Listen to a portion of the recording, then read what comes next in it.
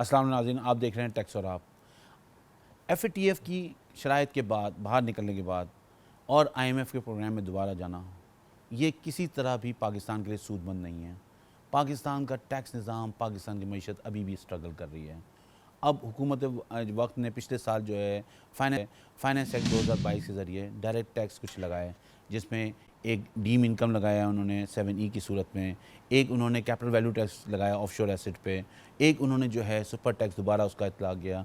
ये सब चीज़ें लाने के बावजूद भी टैक्स निज़ाम अभी तक स्ट्रगल कर रहा है और ये टैक्स लगाने की ज़िम्मेदारी है वो हुकूमत वक्त पर है और वो सिर्फ स्केप गोट के लिए FBR को यूज़ करते हैं, लेकिन उनको ये पता ही नहीं है कि टैक्स कब लगाना है, कैसे लगाना है, क्यों लगाना है और ये इससे क्या हुकूमत जो पैसे आते हैं उसको हुकूमत आवाम को क्या देना है, क्या डिलीवर करना है।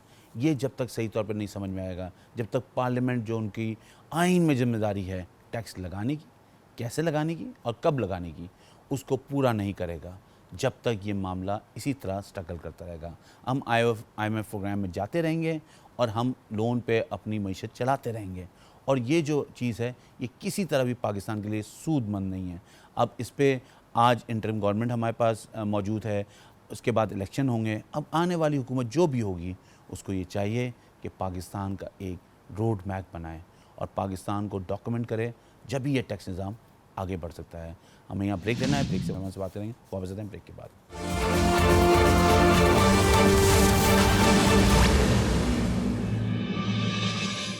ब्रेक पे जाने से पहले हम बात कर रहे थे जो नया डायरेक्ट टैक्सेस लगाए गए हैं फाइनेंस एक्ट 2022 में, उसमें एक 7E था और उसमें जो है टैक्स ऑन डीम्ड इनकम की बात की गई थी। उस पर हम बात करेंगे। हमारे साथ मौजूद हैं कराची चैम्बर के फॉर्मर प्रेसिडेंट शारिक वोरा साहब, उनसे बात करें। अस्सलाम वालेकुम शारिक साहब। अस्सलाम वालेकुम। बहुत शुक्रिया, आपने हमारे वक्त निकाला। शारिक साहब, हम बात कर रहे हैं ये 7E है, इसमें इस वक्त जो है जो FBR ने सर्कुलर निकाला है, अगर आपकी इंफॉर्मेशन है तो उन्होंने ये कहा है कि सिंध में जो प्रॉपर्टी ट्रांसफ़र हो रही है वहाँ पे 7E पे किए बगैर जो है वो ट्रांसफ़र नहीं हो सकती और पंजाब में जो है वो आपको ज़रूरत नहीं पे करने की, क्योंकि वहाँ पे सिंगल बेंच का फैसला जो है वो टैक्स पेयर के फेवर में है। तो आप चैम्बर ने एक लेटर भी लिखा है, तो आप चैम्बर कैसे इसको देख रहे हैं? सबसे पहले तो देखें, थैंक यू कि आपने इतना जो सेंसिटिव इशू है उसको अपने प्लेटफॉर्म से, अपने टीवी से उसको उजागर करने की कोशिश की है। चूँकि देखें ये जो 7E का बैकग्राउंड है उसको थोड़ा सा समझने की ज़रूरत है कि वो है क्या चीज़। बेसिकली जब ये नाफिज किया गया था तो गवर्नमेंट का जो जहन में जो चीज़ थी वो ये थी कि गवर्नमेंट के पास पैसे नहीं थे और उसको किसी न किसी तरीके से सही या गलत टैक्स जमा करना था। अब ये डीम्ड इनकम जो प्रॉपर्टी की वैल्यू जब बढ़ जाती है, आज से 10 साल पहले कोई प्रॉपर्टी 100 रुपए की थी, आज 1000 की है, तो गवर्नमेंट कहती है कि जी वो मैं उसमें शराकतदार हो गया। प्रॉपर्टी टैक्स और 7E जो है वो दो मुख्तलिफ चीज़ें हैं। पूरी दुनिया में प्रॉपर्टी टैक्स लगता है, इस पे बिल्कुल आप बात, लेकिन एज अ बिजनेसमैन आप क्या समझते हैं, डीमिंग ऑफ इनकम जो है वो आप रियल इनकम पे अपने को टैक्स करना चाहते हैं या डीमिंग के ये जो प्रोविजंस हैं ये मुख्तलिफ व्हीकल यूज़ की जाती हैं जब आपने पूरा काम नहीं किया होता या हुकूमत ने पूरी प्रिपरेशन नहीं की होती? आपका क्या ख्याल है इस बारे में? डेफिनेटली देखिए, जिस तरह पाकिस्तान में with holding tax, advance tax, इसी तरह डीम्ड इनकम पर 7E के थ्रू जो टैक्सेशन है वो सिर्फ इसलिए है कि वो गवर्नमेंट की मशीनरी ने, FBR ने किसी किस्म की उसकी टेक्निकल प्रिपरेशन नहीं की भी कि how this tax will be collected, वो किस तरह लोगों पर असरअंदाज होगा। अल्टीमेटली टैक्स कलेक्ट नहीं होगा, लेकिन एक हरासमेंट जो है लोगों में वो फैलेगी, प्लस इससे जो रियल एस्टेट की जो बिजनेस है, जो एक्टिविटी है, वो असरअंदाज होगी।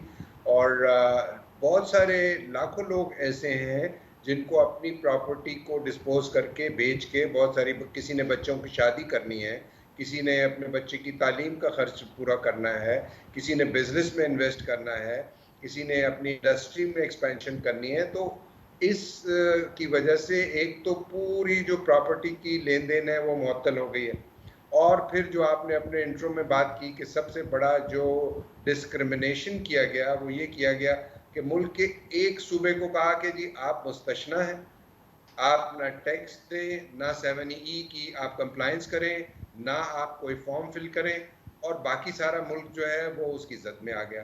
तो अच्छा एक तो शारिक फॉर साहब, आई एम श्योर आपको ये पता होगा जब ATC ATD वगैरह आया था, टर्नओवर टैक्स, उस वक्त भी सुप्रीम कोर्ट ने फैसला दिया था इलाही कॉटन के केस में कि जी हुकूमत लगा सकती है। तो आप इसको कैसे देखते हैं कि हुकूमत के पास जो कॉन्स्टिट्यूशनल पावर है कि टू लेवी द टैक्स, तो उस वक्त उसको लगाते हुए हुकूमत को क्या सोचना चाहिए और क्या देखना चाहिए जो उनके लिए आपको उससे इतराज़ है? जो देखिए, हमको ये एतराज़ है कि कॉन्स्टिट्यूशनल ऑब्लिगेशन जो गवर्नमेंट अपनी पूरी करती है वो एक सिचुएशन में वही कॉन्स्टिट्यूशनल ऑब्लिगेशन पूरी हो रही होती है, उसका एंगल डिफरेंट होता है। दूसरे सूबे के साथ वो कॉन्स्टिट्यूशनल कंप्लायंस हो रही है और उसका एंगल दूसरा है। एक सूबे में जो लोग हैं उस कॉन्स्टिट्यूशनल कंप्लायंस की वजह से मुतासर नहीं हो रहे, दूसरे सूबे में हो रहे हैं। तो कॉन्स्टिट्यूशन तो इज जस्ट लाइक चूइंग गम है ना, उसको जिस तरीके से आप चू कर लें। तो ये अब इसमें बस मैं ये कह सकता हूँ कि इसको फौरी तौर पर रिव्यू करना चाहिए। अच्छा, प्लस ये आप क्या समझते हैं कि ये रेट ज़्यादा 1% ये कम होना चाहिए, या लेवी ही है इसको आप कहते हैं कि इसको ख़त्म होना चाहिए? नहीं, ये लेवी खत्म होना चाहिए। देखिए, 1% का मतलब ये होता है कि जब कोई गवर्नमेंट अनजस्ट टैक्स लगाती है तो वो 1% नहीं होता है, वो करोड़ों रुपए एक एक प्रॉपर्टी में रिश्वत की मद में जाते हैं। वो फिर एडजस्टमेंट होती है, फिर वो एहलकारों के साथ सौदेबाजी होती है। देखें, ऐसे जितनी टैक्सेशन है जिसका कि जैसा कि आपने बताया कि होमवर्क नहीं है, उसको अभी उस कंस्ट्रक्ट नहीं किया गया कि वो किस तरीके से अप्लाई होगा टैक्स, वो में उस टैक्स के कलेक्शन में टैक्स कम कलेक्ट होता है और करप्शन ज्यादा होती है। फॉर ले, एग्जांपल, लेकिन होल्डिंग अनफॉर्चुनेटली अब तो इंटरिम गवर्नमेंट है और वो तो मेरे ख्याल में ये डिसीजन ले नहीं सकेगी कि इसको ख़त्म किया जाए।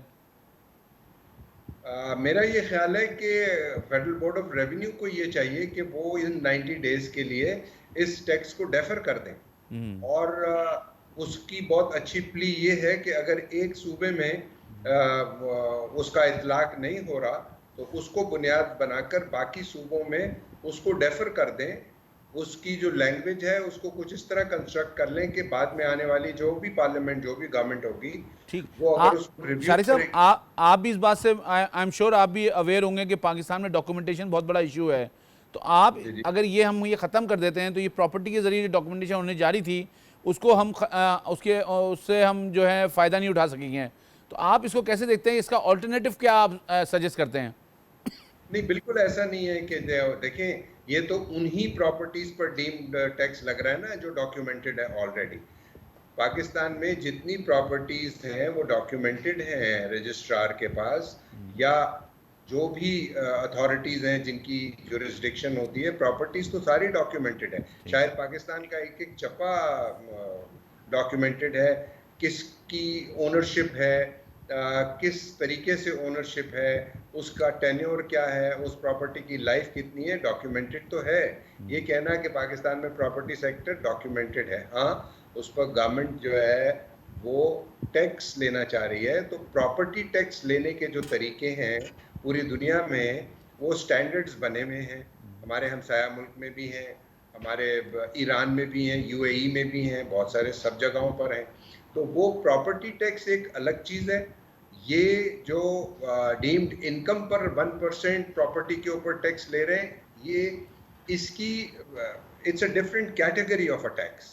तो हम ये कहते हैं, मेरा ज़ाती राय ये, और मेजॉरिटी हमारे चेंबर में भी और बिजनेस सर्कल में भी पूरे पाकिस्तान में हम इस बात पर मुत्तफिक हैं कि इसको आउटराइट विड्रॉ होना चाहिए और इसको रिकंस्ट्रक्ट करके इस तरह से कि बिजनेस ना हैम्पर हो, रुकावट ना हो, और सबसे बड़ी बात यह है कि ये जो टैक्स की कैलकुलेशन होगी और कलेक्शन होगी उसमें करप्शन ना हो, हैरेसमेंट ना हो। अच्छा, ये तो एक हमारा हमेशा से ही हो रहा है कि हरासमेंट और हम जो है करप्शन की बात कर रहे होते हैं, लेकिन आप इस तरह भी तो देखें ना कि आप पाकिस्तान IMF के FATF के प्रोग्राम से वहाँ से निकला, फिर IMF के प्रोग्राम में चला गया। अब आप एज अ बिजनेसमैन, आप एज अ बिजनेस लीडर, आप क्या सजेस्ट करते हैं किस तरह इकोनॉमी को चलाया जाए, कैसे लेके आगे बढ़ा जाए? देखिए, रेवेन्यू के बगैर तो ये मुल्क चल नहीं सकता। बिल्कुल दुरुस्त है। रेवेन्यू के बगैर कोई मुल्क भी नहीं चल सकता, जी जी कोई हुकूमत नहीं चल सकती, ना ही पाकिस्तान की मईशत चल सकती जी है, और बिल्कुल। ना ही हम इंडस्ट्रियलिस्ट या बिजनेस कम्युनिटी पाकिस्तान की कभी इस बात से इनकार करते हैं कि आपको टैक्स कलेक्ट नहीं करना चाहिए। हम तो ये कहते हैं कि आप टैक्स कलेक्ट करें, जुडिशियसली करें, ठीक फेयरली करें। ठीक है। किसी एक तबके को गैस आप 5 रुपए की दें, दूसरे तबके को 50 रुपए की दें, एक तबके को बिजली 5 रुपए की दें, दूसरे को 50 रुपए की दें। आप डिस्पैरिटी, डिस्क्रिमिनेशन को खत्म करें, सबको लेवल प्लेइंग फील्ड दें। इसी तरह टैक्सेशन में डॉक्यूमेंटेशन जो है, मुझे एक बात बताइए, पाकिस्तान में कौन सा ऐसा घर है जहां बिजली का मीटर नहीं है? उसके बावजूद भी क्या बिजनेसेस को या हाउस होल्ड्स को टैक्स नेट में लाना कोई मुश्किल काम है? एब्सोल्युटली बहुत इजी काम है।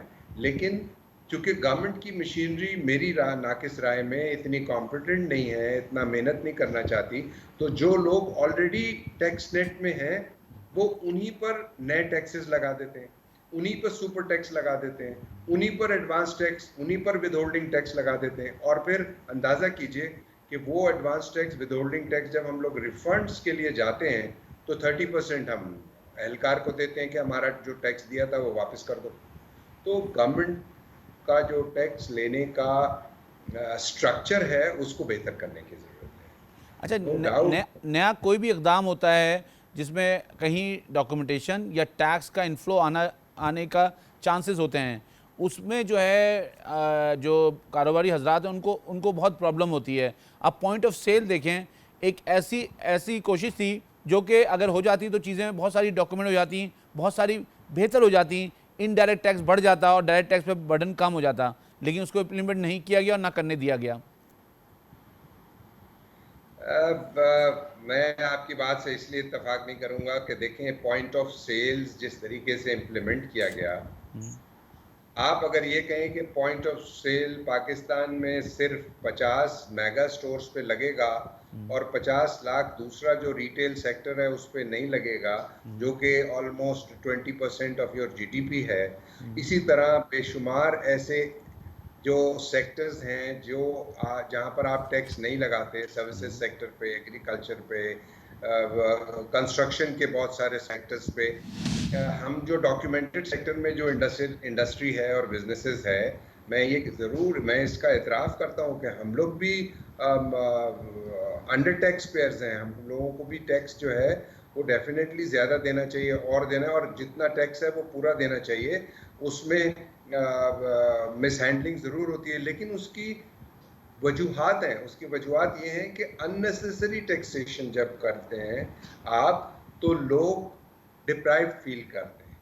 फिर जब हमारा टैक्स हमारे ऊपर खर्च होता हुआ नज़र नहीं आता तो लोग महरूमी का शिकार हो जाते हैं। ये एक कॉम्प्लेक्स इशू है, इसको बड़ा एहतियात से देखने अच्छा की शारिक ज़रूरत साहब, है कि अगर आपके ख्याल में अगर हम ये कंडीशनलिटीज़ ख़त्म कर दें और अक्रॉस द वर्ल्ड हर एक पे पॉइंट ऑफ सेल लगा दें, इसलिए कि हम पाकिस्तान से बाहर जाते हैं तो दुनिया में हर जगह ग्रास रूट लेवल तक जो है वो जो है पॉइंट ऑफ सेल लगा हुआ है। आप इसको कैसे देखते हैं कि ये जो कंडीशनल है कि कोई 5 बिग चेन्स हों, किसी बड़े मॉल में हो, एक स्क्वायर फीट का एरिया हो, सेल तो हर एक की रिकॉर्ड होनी चाहिए। बिल्कुल हर एक की, लेकिन उसकी वजह ये है ना कि देखें, अभी जो हमारी टैक्स कलेक्शन की जो मशीनरी है, जो एफबीआर है, या जो हमारे जो प्रोविंशियल कलेक्टर्स हैं, जैसे सिंध में एसआरबी है या दूसरे सेक्टर्स हैं, वो उनका जो कैपेसिटी है इस एक्सटेंट तक जाने की नहीं है। ना ही उनके पास लोग हैं, ना ही उनके पास इक्विपमेंट्स हैं। तो लगेगा तो ये फेजेस में ही, देयर इज़ नो डाउट। देखें, हमको प्रैक्टिकल बात करनी चाहिए, होगा तो फेजेस में, आहिस्ता आहिस्ता होगा, लेकिन तमाम सेक्टर्स में 5% हर सेक्टर से स्टार्ट होना चाहिए, और उसकी एक टाइमलाइन होनी चाहिए कि इन नेक्स्ट 2 इयर्स या इन नेक्स्ट 3 इयर्स तो आप ये कह रहे हैं लगना चाहिए, लेकिन फेज वाइज लगना चाहिए। फेज वाइज लगना चाहिए। ठीक है। और उसकी वजह यह है कि गवर्नमेंट के पास इतनी कैपेसिटी नहीं है, ना ही प्रोविंशियल गवर्नमेंट्स के पास है और ना ही फेडरल गवर्नमेंट के पास। तो इस कैपेसिटी की वजह से वो इम्प्लीमेंट नहीं कर सकते। तो आपके ख्याल में अगर अच्छी तरह इम्प्लीमेंट करना है तो फेज़ वाइज जाएं ताकि सही तौर पे इम्प्लीमेंट हो। जी देखिए, फेज वाइज जाने में ये फायदा होगा कि फॉर एग्जांपल मैं ये कहता हूँ कि जी लाहौर में 10 बड़ी ऐसी मार्केट्स हैं जिसके बारे में सबको पता है कि वहाँ पर 5,000 ऐसे लोग हैं जो पॉइंट ऑफ सेल्स में आते हैं, जो इनकम टैक्स में आते हैं, जो सेल्स टैक्स में आते हैं, जो बाकी टैक्सेस की मद में आते हैं, लेकिन वो डॉक्यूमेंटेड नहीं है। आप उन सेक्टर्स के 5% को डॉक्यूमेंट करना शुरू करें। इसी तरह पंजाब के दूसरे शहर हैं, सिंध के दूसरे शहर हैं, सबसे ज़्यादा टैक्स हम कराची वाले देते हैं। हमारे हाल पर थोड़ा रहम करें। हमारा मॉडल जो कराची का है वो बाकी मुल्क में सेल करने की कोशिश करें कि देखें ये एक शहर है, ये एक पॉपुलेशन है, इसका कंट्रीब्यूशन इतना है। कराची को एज रोल मॉडल लेकर जाएं, लाहौर में, इस्लामाबाद में, फैसलाबाद, बहुत पेशावर शुक्रिया में। शारिक साहब, आई आपका थिंक पॉइंट ऑफ व्यू आ गया। इस हमारे साथ मौजूद थे कराची चैम्बर के साबका सदर शारिक, बड़े वाज़ेह अंदाज में कह रहे थे कि आप ये जो बेस है इसको बढ़ाना चाहिए, एक्सपेंड होना चाहिए, दूसरे शहरों में जाना चाहिए। कराची क्योंकि बहुत टैक्स ऑलरेडी दे रहा है और उस पर लग भी नहीं रहा, लेकिन उनका ये था कि कराची वाले वैसे ही बहुत ज़्यादा बर्डन है, तो ये जो पॉइंट ऑफ सेल है या दूसरे जो भी टैक्सेस के मामला हैं वो दूसरे शहरों पर पहले इम्प्लीमेंट हो। कराची ऑलरेडी जो है काफ़ी टैक्स में कंट्रीब्यूट कर रहा है। हमें ब्रेक लेना है, ब्रेक से वापस आएंगे तो अपने दूसरे मेहमान से बात करेंगे। वापस आते हैं ब्रेक के बाद।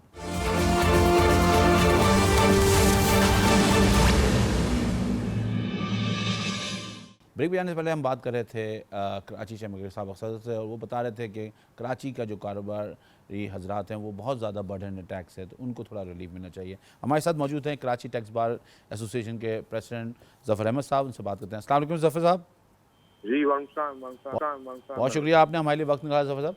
हम आज जो हमारा मौजू है 7E के हवाले से है।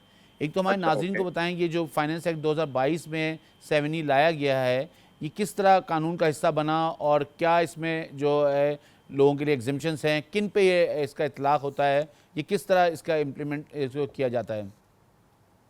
अच्छा देखिए सर, इसमें जून 22 के बजट में एक प्रॉपर एनुअल बजट के थ्रू ये अमेंडमेंट आई थी फाइनेंस एक्ट 2022 में, जिसमें 7E का पूरा ऑल टुगेदर कंप्लीट एक स्कीम पहली दफा इंट्रोड्यूस की गई थी, जिसमें डीम रेंटल इनकम को कंसीव किया गया।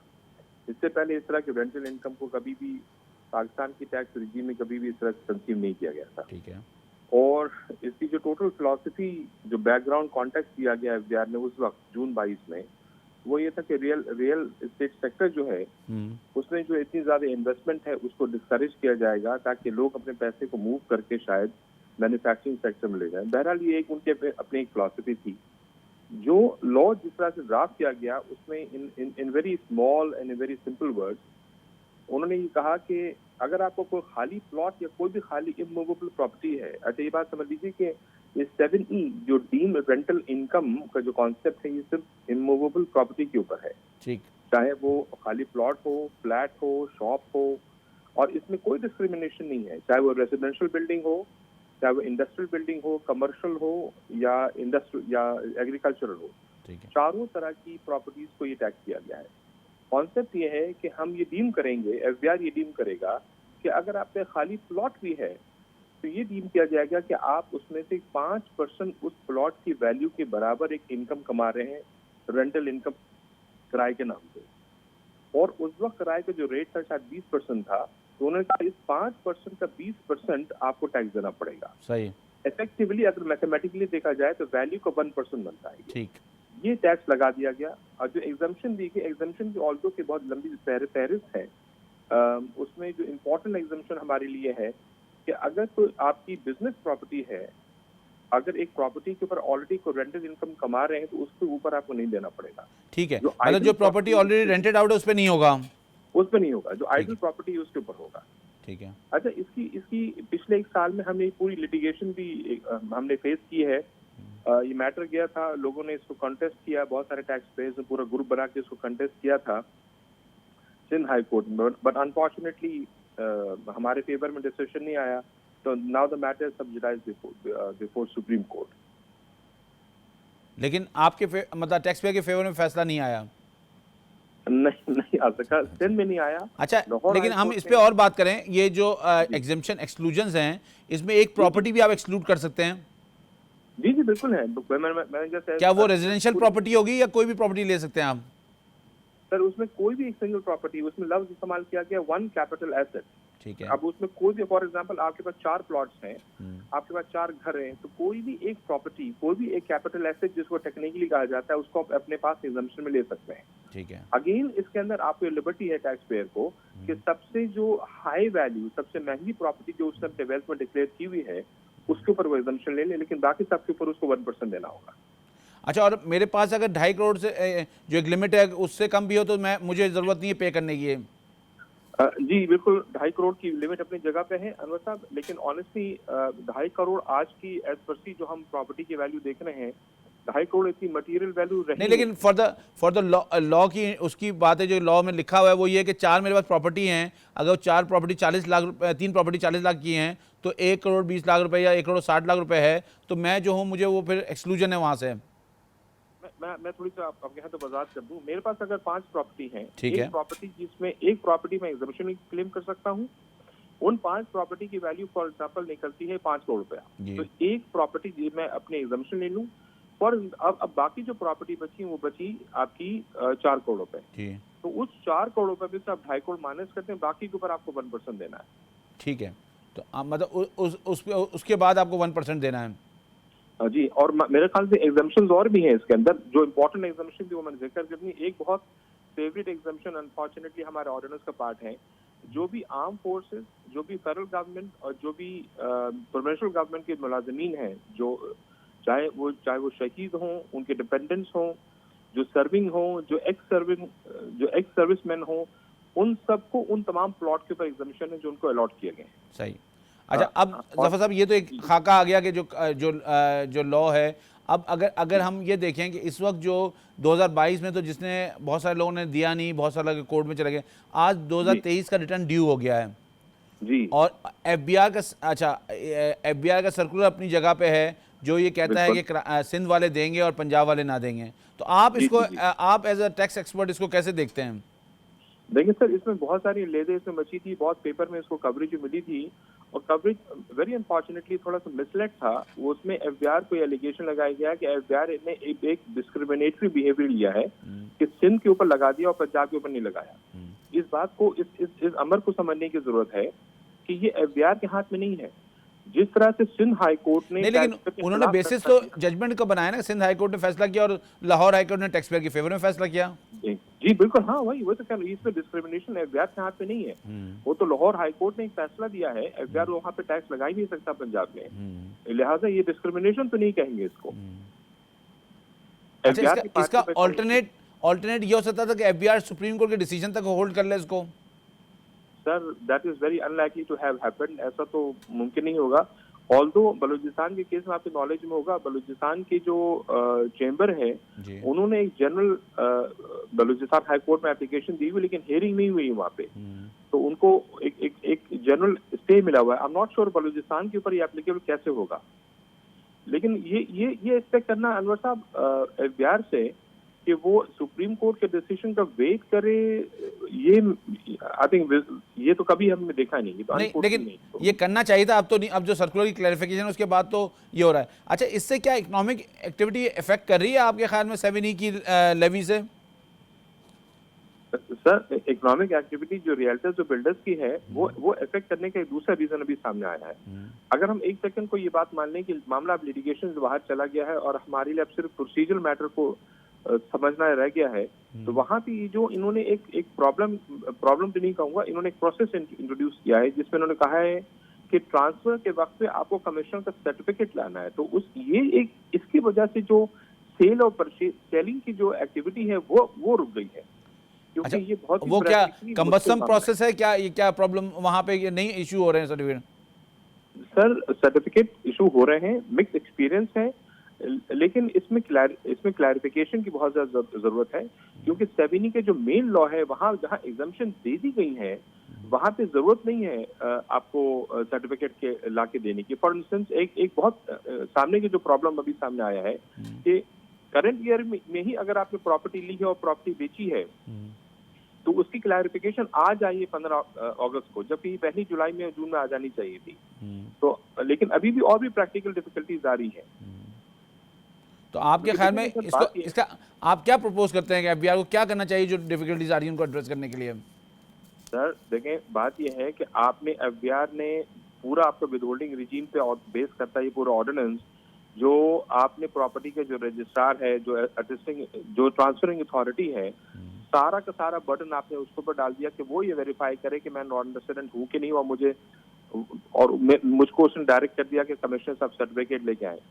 तो ये एक्सरसाइज, इस एक्सरसाइज की जरूरत मेरे ख्याल से, आई डो नॉट नो, इसका अभी को बैठ के ही को हल निकाला जा सकता है। सही। अच्छा, ये जो नॉन फाइलर को भी 7E की रिक्वायरमेंट देनी है प्रॉपर्टी ट्रांसफर करते हुए, आप इसको पॉजिटिव मूव देख रहे हैं?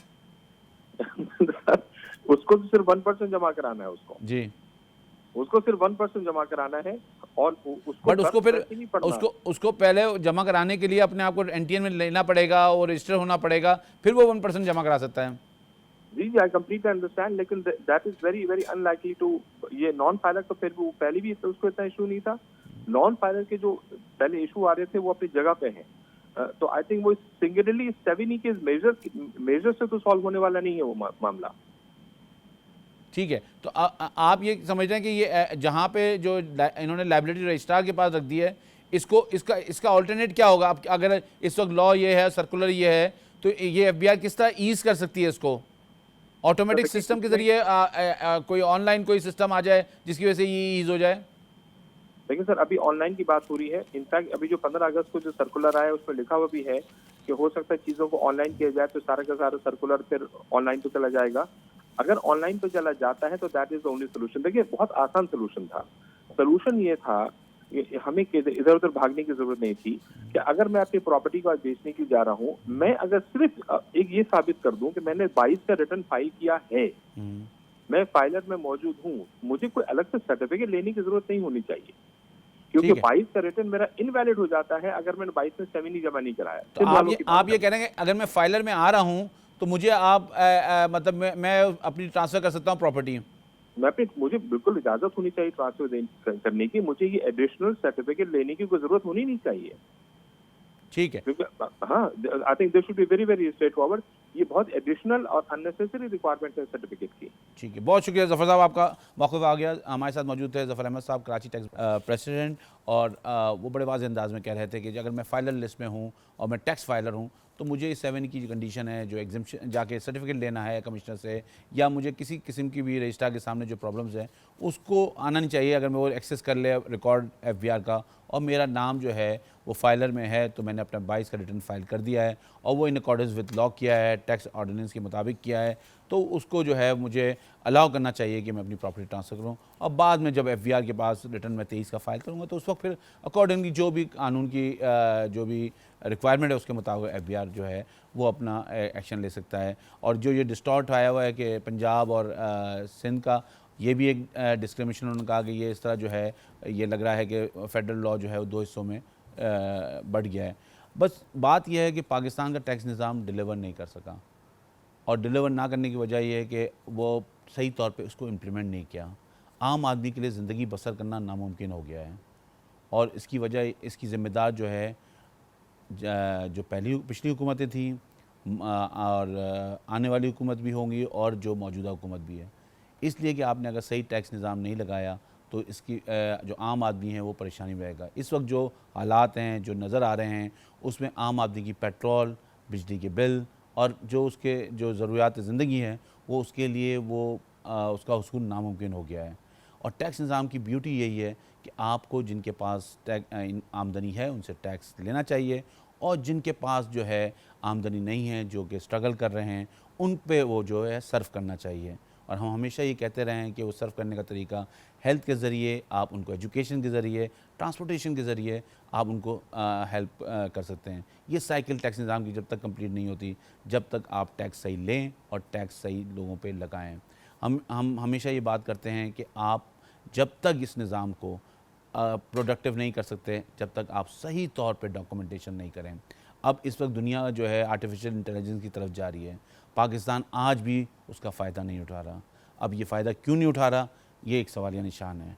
हमें ये देखना होगा कि पाकिस्तान में अगर हमें सही टैक्स निज़ाम चाहिए तो वो टैक्स निज़ाम जो है मुनसिफाना हो, और जब तक मुनसिफाना टैक्स निज़ाम नहीं होगा जब तक पाकिस्तान मजबूत नहीं होगा। इस बात के साथ मुझे इजाज़त दी। अल्लाह ने के बाद।